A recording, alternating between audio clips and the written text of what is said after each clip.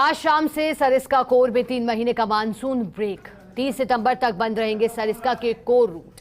12 लिवारी buffer व सदर gate से पाडुपोल रूट खुला रहेगा, लेकिन प्रत्येक बुधवार को बफर रूट भी बंद रहेंगे। FDRN मीणा DCF देवेंद्र जगावत के स्तर पर मॉनिटरिंग की गई।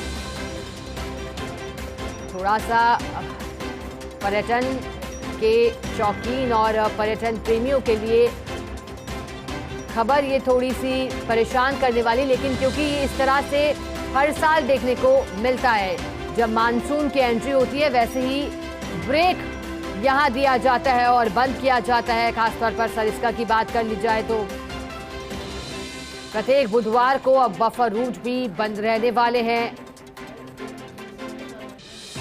क्योंकि मानसून की दस्तक के बाद इस तरह से ये प्रक्रिया जो है वो अपनाई जाती है। लेकिन लगातार बड़ी संख्या में पर्यटकों की आवक रही। सरिस्का देखने के लिए, घूमने के लिए बड़ी संख्या में सैलानी वहां पहुंच रहे थे, लेकिन अब ये जानकारी मिल रही है कि 3 महीने का मानसून ब्रेक यहां से मिलेगा।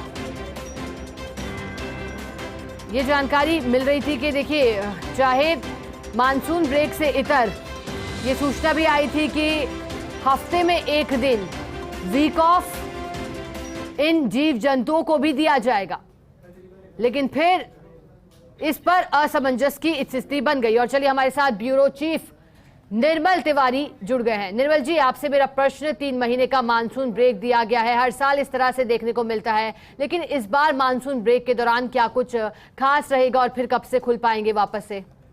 देखिए शिखा, मानसून ब्रेक के तौर पर हर साल जो खासकर Ranthambore tiger reserve, Sariska tiger reserve, इसके कोर जोन जो है उनको बंद कर दिया जाता है 1 जुलाई से लेकर के, और 30 सितंबर तक बंद रहता है। यानी 3 महीने का मानसून ब्रेक रहता है। इस दौरान रणथंभौर का जो 1 से लेकर 5 तक के जो कोर जोन है वो बंद हो जाते हैं, जबकि 6 से 10 जो बफर रूट है वो खुले रहते हैं। इसी तरह सरिस्का के अंदर भी जो सदर गेट से लेकर पांडुपोल तक का रूट है उसको खुला रहता है, और इसके अलावा 12 लिवारी जो सदर जो रूट, सदर का जो बफर रूट है वो भी खुला रहता है। लेकिन इसमें ध्यान ये रखना है इस बार कि हर बुधवार को बफर भी बंद रहेंगे। जिस तरह से आदेश जारी किए थे हरिशंकर तोमर जो मुख्य वन्य जीव प्रतिपालक है पिछले दिनों, उन्होंने तो प्रत्येक बुधवार को बफर रूट भी बंद रहेंगे और 3 महीने तक ये व्यवस्था रहेगी। बाकी कोर रूट 3 महीने तक लगातार बंद रहेंगे। इसके बाद से ही जो तमाम व्यवस्था है, खासकर हम बात करें रणथंभौर की, तो वहाँ के जो फील्ड डायरेक्टर है P कसिरवल और वहाँ के जो DFO मोहित गुप्ता, वो लगातार मॉनिटरिंग कर रहे हैं, इस बात को चाक चौबंद कर रहे हैं। 3 महीने जो बंद रहेगा पर्यटन गतिविधि, उस दौर में सर्विलांस बढ़ाया जाए, वहाँ के जो मानसून बरसात में जो रास्ते टूटेंगे उनको लेकर ध्यान रखा जाए,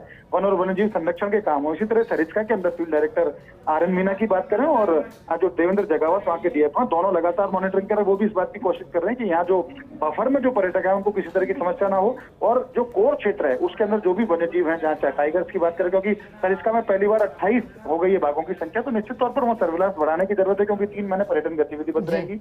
इसी तरह से रामगढ़ विषधारी के अंदर भी जो एक बफर रूट जो शुरू किया गया है अभी दलेलपुरा से लेकर टाइगर हिल तक, वो खुला रहेगा, लेकिन वो भी प्रत्येक बुधवार को इन 3 महीने की अवधि के अंदर वो भी प्रत्येक बुधवार को बंद रहेगा, जिस तरह के आदेश वन विभाग की तरफ से हुए हैं। अच्छी बात यह भी है शिखा की कल से ही प्रदेश भर के अंदर ट्री आउटसाइड फॉरेस्ट एक योजना शुरू की जा रही है, जिसके तहत 5 करोड़ जो पौधे हैं, 70 किस्म के पौधे हैं, जिसमें फल, फूल और छायादार पौधे हैं, इनका भी वितरण होगा। बहुत नॉमिनल प्राइस पे, बहुत कम कीमत पर इनको पंचायत राज संस्थाओं को, नगर निकायों को, इनको आम जन को, संस्थाओं को इनको मुहैया कराया जाएगा। तो उसकी भी तैयारी वन विभाग के स्तर पर की जा चुकी है। पूरी तरह से कहा जा सकता है कि आने वाले जो 3 महीने हैं उसमें जंगलात महकमा पूरी तरह से मुस्तैद रहेगा और तमाम योजनाओं को भी लागू करना है। और अच्छी बात यह भी है, जब टाइगर रिजर्व बंद हो जाते हैं तो उस दौर में झालाना लेपर्ड रिजर्व और रामागढ़ लेपर्ड रिजर्व में पर्यटकों का जो रुख है, जो रुझान है, इस तरफ हो जाता है। चलिए, बहुत शुक्रिया निर्मल जी आपका मैसेज जुड़ने के लिए, जानकारी देने